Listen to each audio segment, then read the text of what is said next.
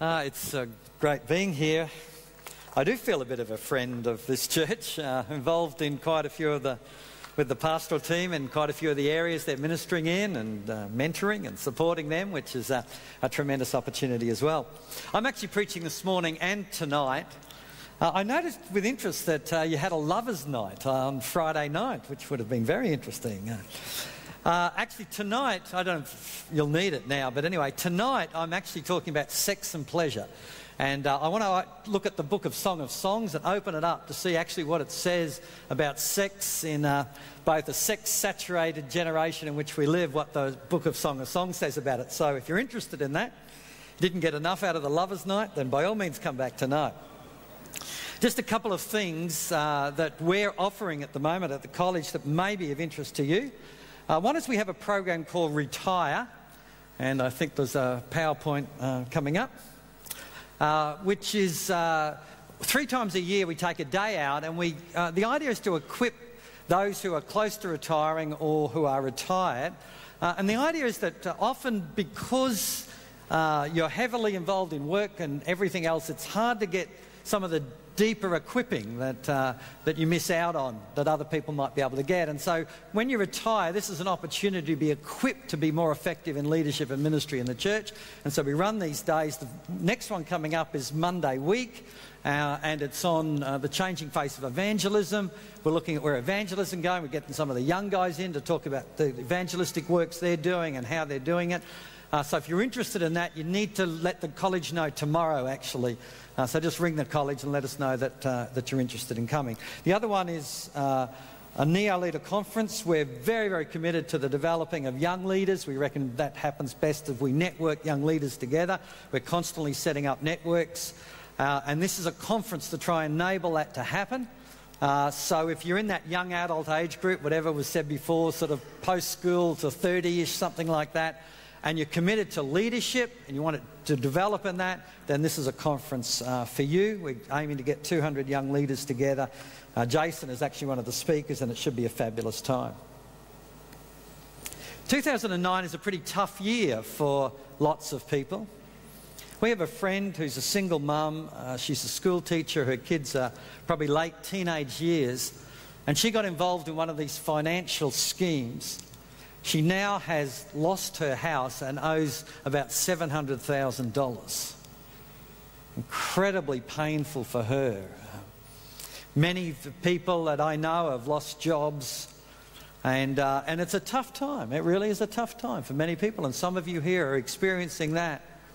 My father, that great economic expert, said to me the other day, "I was born in a depression and I'm going to die in a depression." Well, I don't want to spread gloom. I just think that if we handle tough times well, this is a time of incredible kingdom opportunity. And I want to consider this morning how we can do well when the going gets tough. I'm not going to give you any financial advice. You'll be glad about that because my superannuation has gone the same way as yours. And the only thing that's protected me further is that I don't have any other investments. But what it has to do with, if we understand God, then we will have tremendous opportunities as times get difficult, both for ourselves and for other people as well. So I want to look at a picture of God this morning that is invaluable at any time, but is particularly valuable when we're facing difficult times. And if you've got your Bibles there, you could turn to Psalm 34.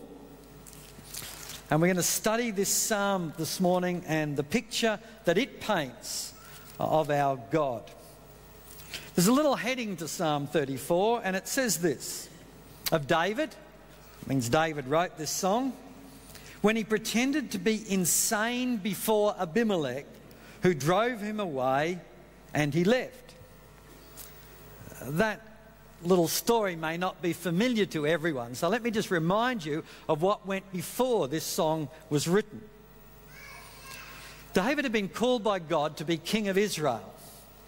The difficulty is that the other king was still ruling at the time, Saul, and so David joined the royal court.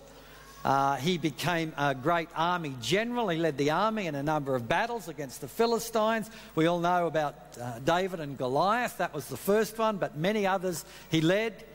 He was a musician as well. He encouraged the king. He supported the king that was ruling at the time. But gradually, Saul the king became more and more jealous of David and finally decided David had to go. He tried to spear him a couple of times, and David kind of got the hint that this was not a good place to be. And so he thought, I'm now an enemy of the state, so what do I do? What do you do when you're an enemy of the state, when you're not safe in Israel anymore? Well, he had this great idea, which in the end didn't turn out to be so great after all. But this great idea was, if I'm an enemy of Israel, then I'm safest with other enemies of Israel.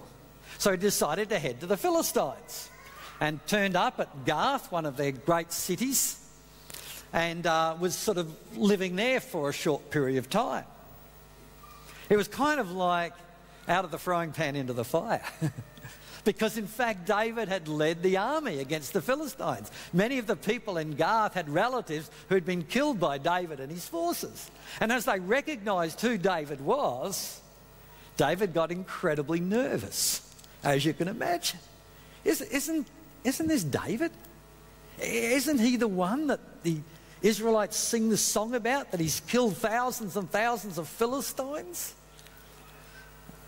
David realised he was in dreadful trouble. He prayed about it. God didn't work in any obvious way. So the only option that he felt he had was to pretend that he was insane. And so he went around scratching at the doorposts and drooling down his beard. I've done that a few times, but never meaningly done that. And he was very convincing. He acted as though he had gone crazy. The king said, we've got enough crazy people around the place as it is around here. Get rid of him. And he was thrown out. It was an incredibly low point in David's life. Yes, he escaped death, but for what? Where was he to go? He was alone. He had no support. He had no safe place. And at this point of time, as David faces this dreadfully disappointing, tough, difficult time, he writes this song. Now, what you would expect David to say at a time like this? I've got a good title for the song. What about me? You can imagine what it's going to be. You know, God, I've tried to serve you, I've done everything right, and yet you haven't turned up for me, and it's tough and it's difficult and it's awful and I've got nowhere to go, and what on earth are you doing, God? Well, let's have a read of it, hey? Psalm 34, if you've got your Bibles. I'll read most of the psalm. I'll extol the Lord at all times. His praise will always be on my lips. My soul will boast in the Lord. Let the afflicted hear and rejoice.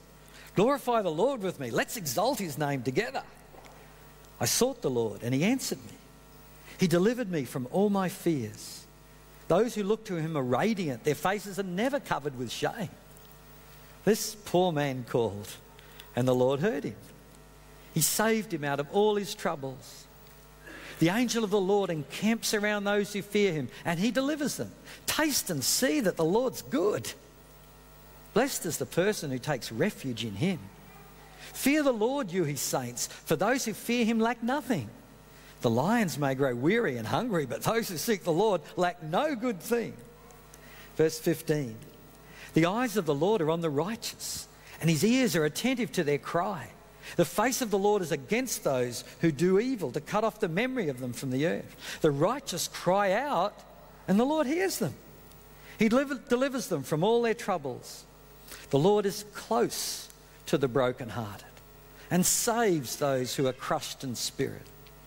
A righteous man may have many problems, but the Lord delivers him from them all. He protects all his bones. Not one of them will be broken. That's a bit of a surprise, isn't it?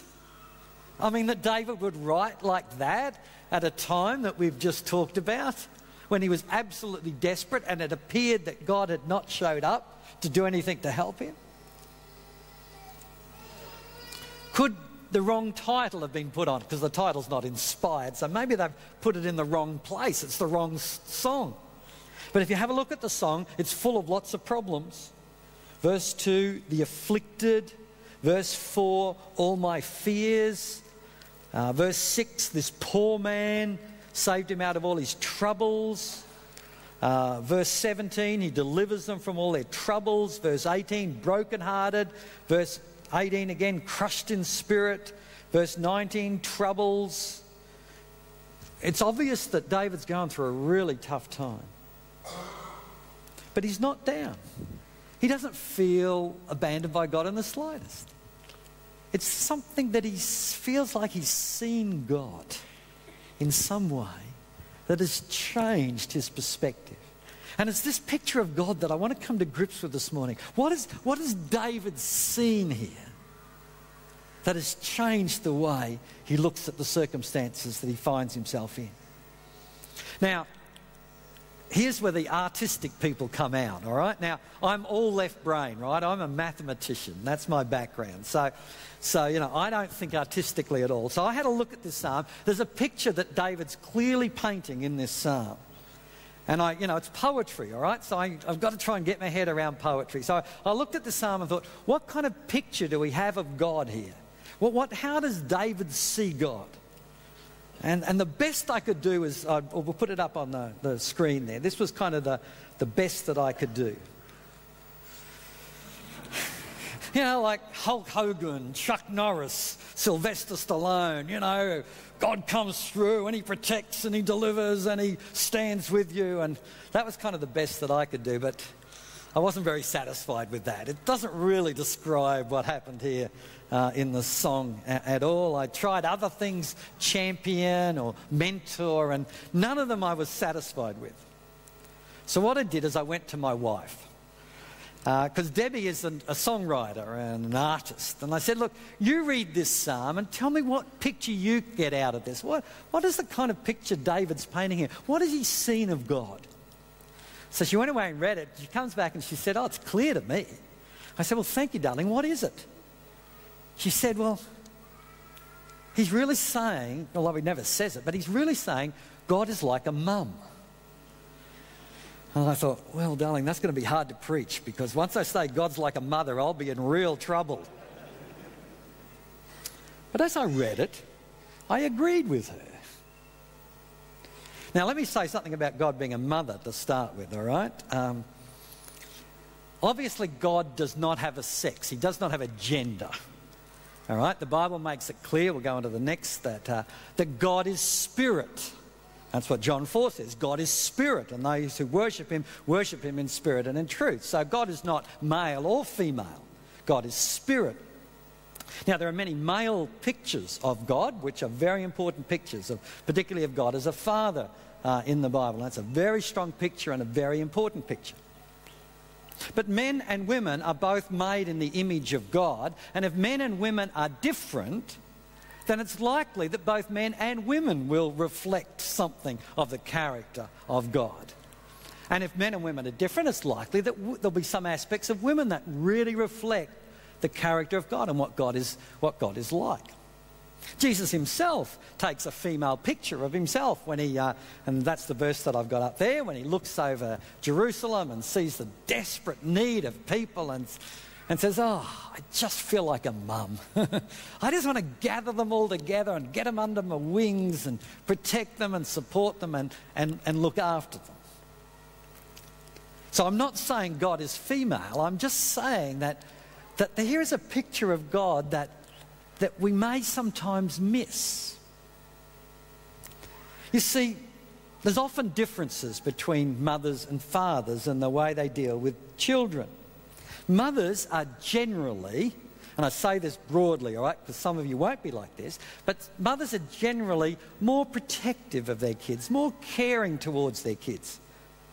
That's often the case. Not for nurses, by the way. I've found out that if nurse mothers are not like that, all right? But generally, mothers...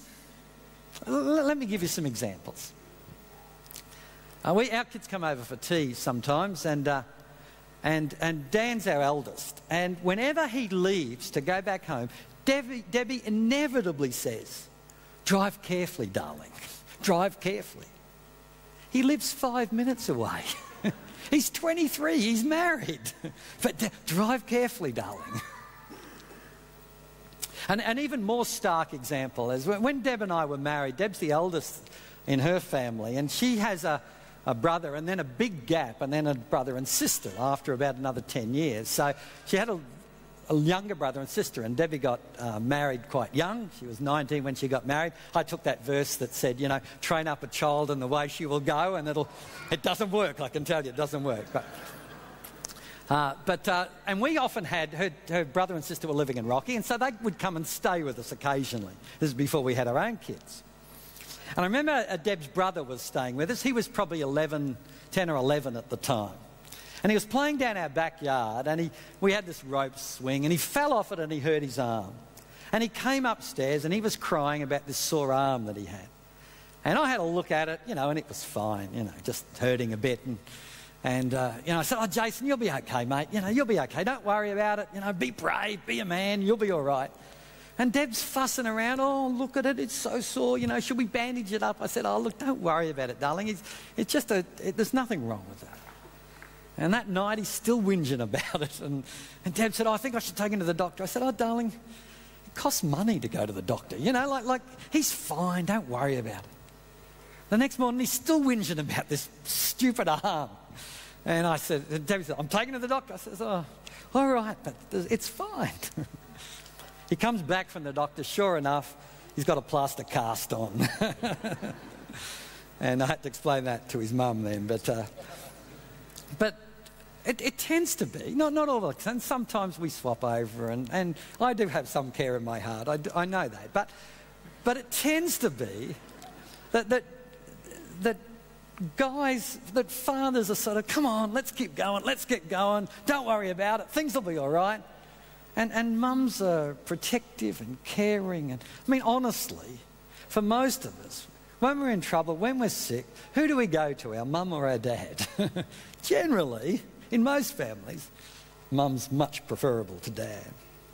And so David is painting a picture here of what God is like when you go through tough times. This is the picture that made all the difference to his situation. God wasn't like a lot of dads, "Stop complaining, David, you'll be okay, things will work out all right, grin and bear it, don't be a soot." God is much more like a mum, watching, coming close, caring, protecting. Well, let me draw this out a little bit more. Now, if the picture of a mum is just so alien for you of God, then you don't need to use it, right? Replace it with dad or something else, all right? But I'm going to use the language of mum. The first thing that I noticed, two things I just want to share from this passage. One is that like a mum, God is especially close to you when you're going through difficult times. It probably sounds selfish to many of you, but I really think I do my best job as a dad when my kids are going well. Zach, our youngest, is a bit of an athlete, and when he's running those long distance races and I'm there training him and supporting him and cheering him on, and he's doing well, I'm in my element then. Deb does her best work when the boys, we've got 3 boys, when the boys are struggling, when they're sick. It's then that she hovers around them and cares for them and loves them. And it seems to me that this is the focus of the psalm, that God does his best work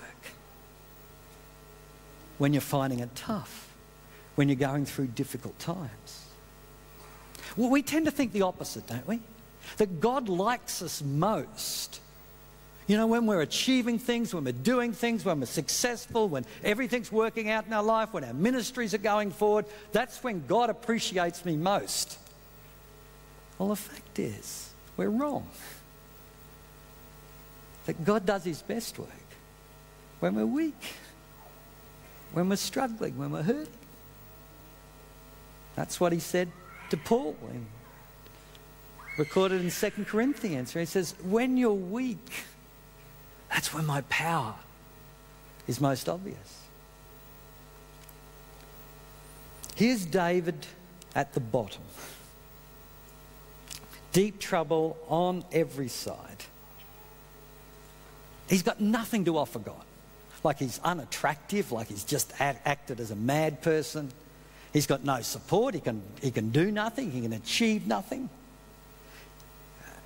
And here he is, absolutely at the bottom, desperate. And God says, this is how I love you most of all. I'm brooding over you. I'm caring for you. Let's have a look at some of the things that he says. Verses 6 and 7. This poor man called, and the Lord heard him.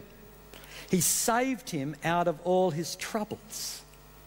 The angel of the Lord encamps around those who fear him, and he delivers them.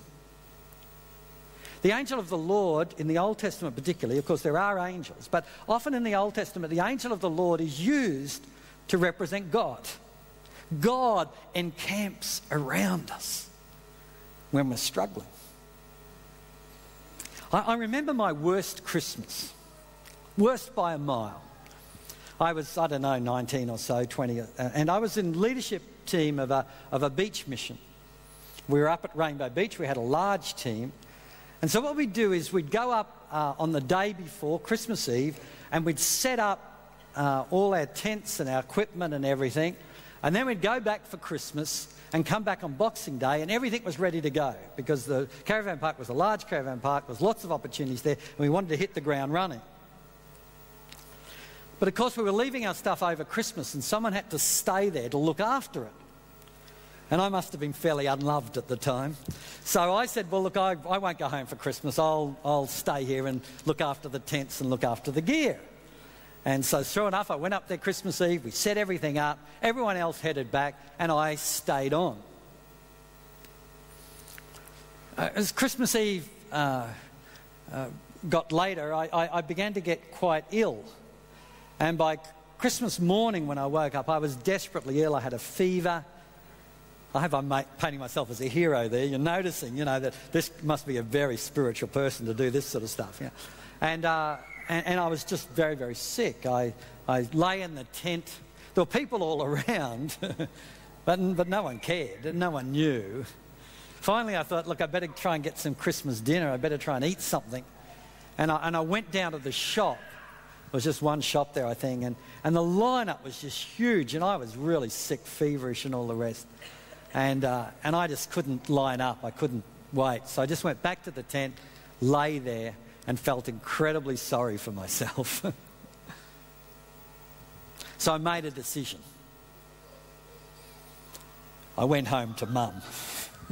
I packed up my gear, got in the car. Too bad about the tents and the equipment. God would look after them. And I went back to home to Mum. And Mum looked after me. She cared for me, and after about 4 or 5 days I went back to Beach Mission when I'd recovered from the illness. But you see, I wanted to be in a situation where someone was around me that actually really did care for me, that actually would support me and help me and love me.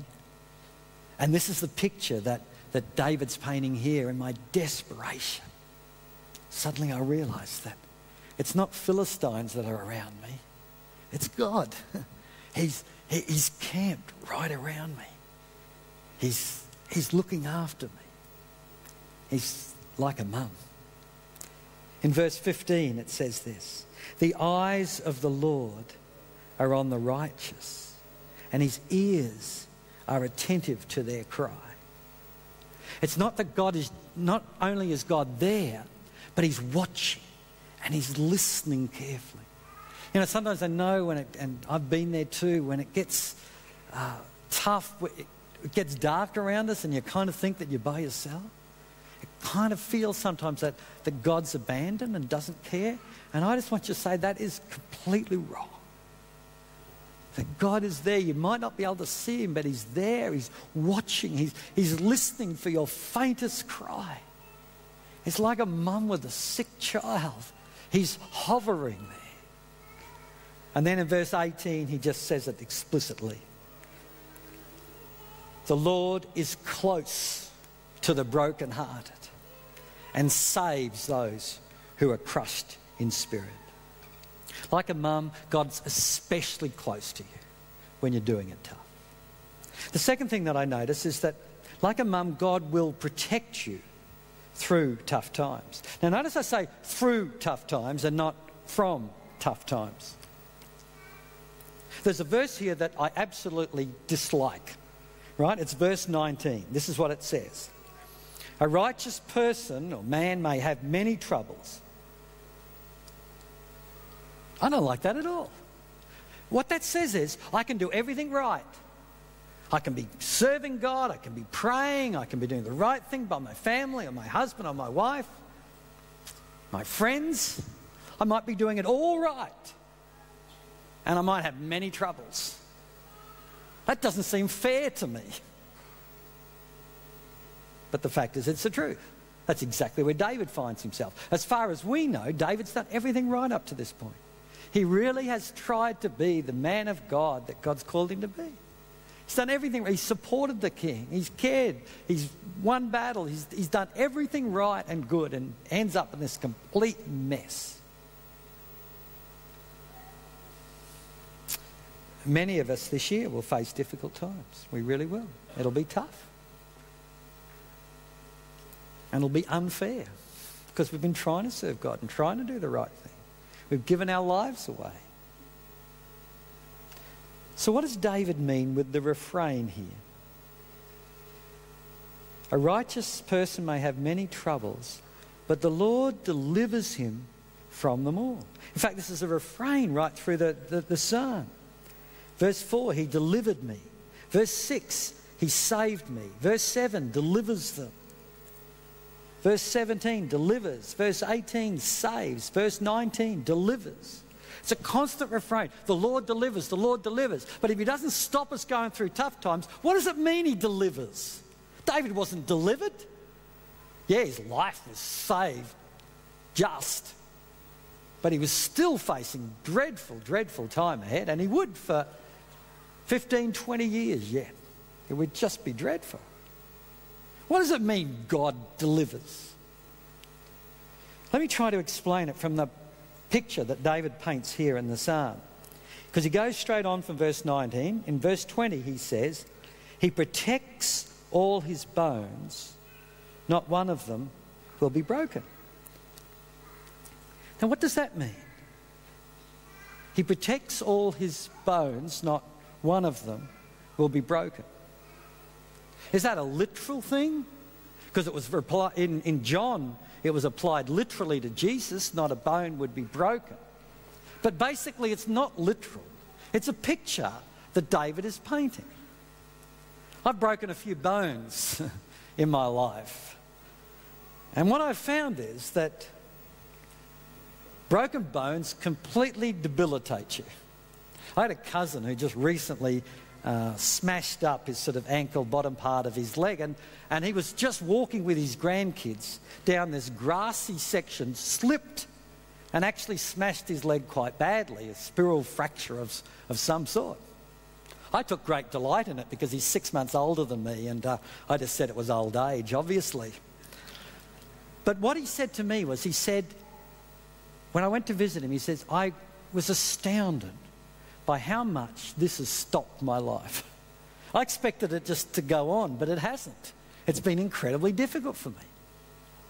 And Russ is a guy that just keeps going on no matter what happens.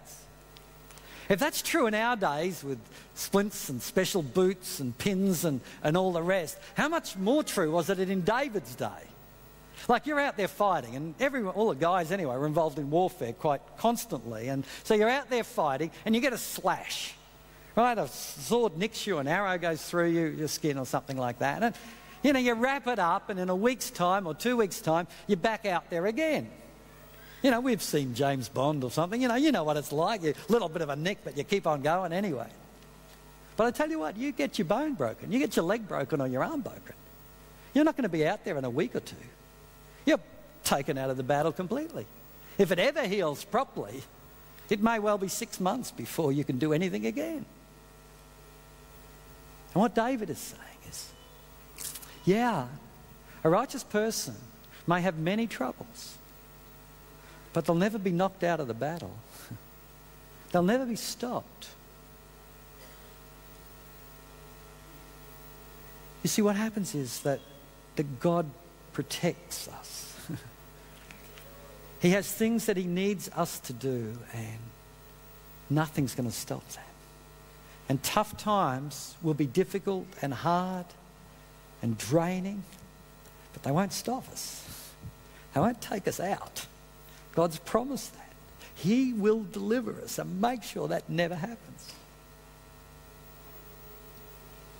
In my first year of pastoral ministry, I was 25 at the time. I'd been a teacher, and I went into pastoral ministry, youth pastor at Kenmore Baptist. I had sort of long hair down to here, and I had a whole lot of things go wrong in my first 6 months. First thing, I was riding my motorbike, and I came over a hill, and there was a car backing up towards me. So I knew I was going to either smash into the car or I could put the bike down. So I put the bike down and went along the road and stopped just in front of the car. Unfortunately, I'd just been to soccer practice, and I had soccer boots on and short pants on, and so I lost sort of the top of the knee in that, and I was just recovering from that, and I was playing Aussie rules down at the school where I was chaplain as well, and chipped a bone in my ankle and had to get it into plaster, and I was just recovering from that, and I was playing my first soccer game for the team. So here's the new youth pastor, right? Good soccer player, by the way, you know, ready to impress all the young people playing soccer. And I was centre forward when they had those positions back in those days. And this was our first official game. We had a couple of trial games, but this was our first official game. So I was running in to score my first goal, and I kicked the ball. The goalie was running out to stop me scoring the goal, and he kicked it as well, except he missed the ball but got my shin and kicked my shin straight in. So they carted me off to hospital. And I still remember there was footballers everywhere. They sat me on a wooden chair for 3 hours till I could find somewhere for me to lie down. I mean, there was just footballers all over the place. And I've been playing football. You've got to imagine, you know, young guy, long hair and all the rest. Anyway, eventually they plastered it all up, right up to my waist. And I remember the doctor still filling in the card, you know, name, etc. And he came to occupation. And he said, "What's your occupation, mate?" I said, "Minister of religion." He said, "Oh, come on. What do you really do?" I said, "I'm a minister of religion." He said, "You've had too much to drink." And he put it down in the end, never did believe me. But I came home, and I was staying at the college at the time, actually in a little flat there. And I came home with my leg in plaster right up to my waist. And I realised I couldn't do anything, that I was completely stopped. I couldn't look after myself. I couldn't get around the place. I had sermons to do. I had kids to contact and all the rest. Couldn't do a thing. So guess what I did? I went home to Mum. Now, I just want to point out, it only happened twice in my life, all right? I just want you to get that. I don't want you to get the idea, you know, that I constantly go home to Mum. But I went home to Mum. And what happened is Mum looked after me. She cooked for me and did those sort of basic necessities that I needed. So I could go on and I could continue to prepare my sermons. I remember preaching from sitting on about 4 chairs stacked on top of each other. And I could go on. I could ring up the young people and do all the rest. That's what mums do. The thing is, God's like a mum. He's close to us when we're struggling. And he protects us to make sure that the things he wants done in and through our lives can never be stopped. You won't miss out. There's some beautiful things in here, and I don't have time now to look at them all, but he delivers from fear. Right? Fear is a big thing when we face difficult times. We get frightened about what's going to happen. And David said he delivered me from fear. Verse 5, you'll never be ashamed. Shame's another thing. You lose your job and you feel inadequate and you wonder what other people are saying about you. And David says, and of course David acted mad, and he said, but I was not ashamed. I was not ashamed. In verse 10, lack no good thing. So if this is true, if this is what God is really like, that God actually does his best work when we're doing it tough, then what do we do? There's a whole lot of stuff in this psalm, but let me just pick out one thing that David says. He says this: taste and see. If you don't believe this, if you don't think this is true, taste and see. Run into God's arms. Come home. Cry out to him. Taste and see that this is true.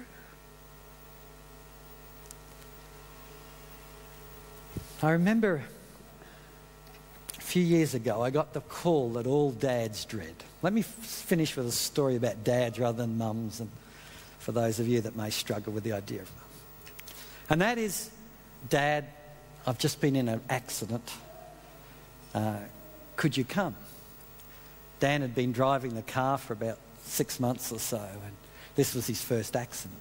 It was just down the road. I jumped in my car, headed down there, and saw this terrible scene. It was about 7 o'clock at night. There were 2 cars in the middle of the road. There was an ambulance there was a fire engine, there were police around. There was an ambulance was tending some people from the other car. And as soon as I looked at it, I saw that Dan was in the wrong. He'd pulled out straight in front of a car and had gone straight into the side. There was a party on in the house just across the road. They'd all come out. And Dan was standing there by himself. And they were saying some things to him. And I looked across at Dan, and it was about this time of the year, I think, and just had a T-shirt on, but he was shivering. And I looked across, he'd been in an accident, he'd smashed up our car. It was our car, by the way. He'd smashed up our car. He'd been in the wrong. And here he was standing on the side of the road. He was just about to be interviewed by the police.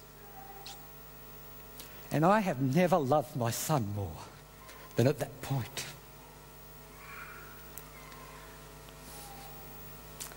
I can still picture it. I went across there and I wrapped my arms around him. He was crying quietly. I just wrapped my arms around him and said, Dan, it's going to be okay, I'm here. And you're going through tough times, and some of you are right now, and some of you will be. We all will, eventually.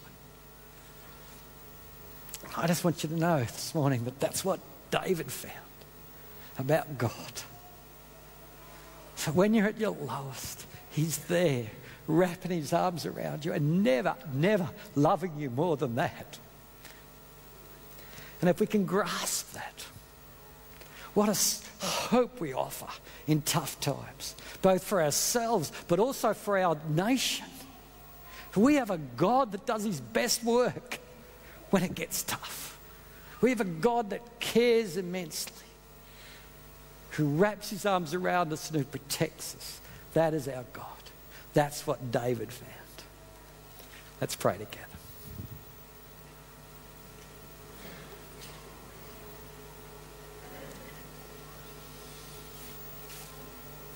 Taste and see. Taste and see. Some of you this morning, it's tough at the moment, it really is. It's not fair. You've tried to do what's right and you still find yourself. It's just difficult. It's just hard. Taste and see. That what David found is the truth. God's like a mummy, does his best work when we're doing it tough. Thank you, God, that this is true, Lord. That this is not wishful thinking. This is what David found and he recorded in your word. This is true. This is what you're like, oh God. And I ask, Lord, for all of us here, but particularly those that are doing it tough, Lord, that we might taste and see that this is what you really are like. and we might offer a message of hope to our nation. God is a good God, a gracious God, a merciful God, a loving God. We have found that for ourselves. Amen.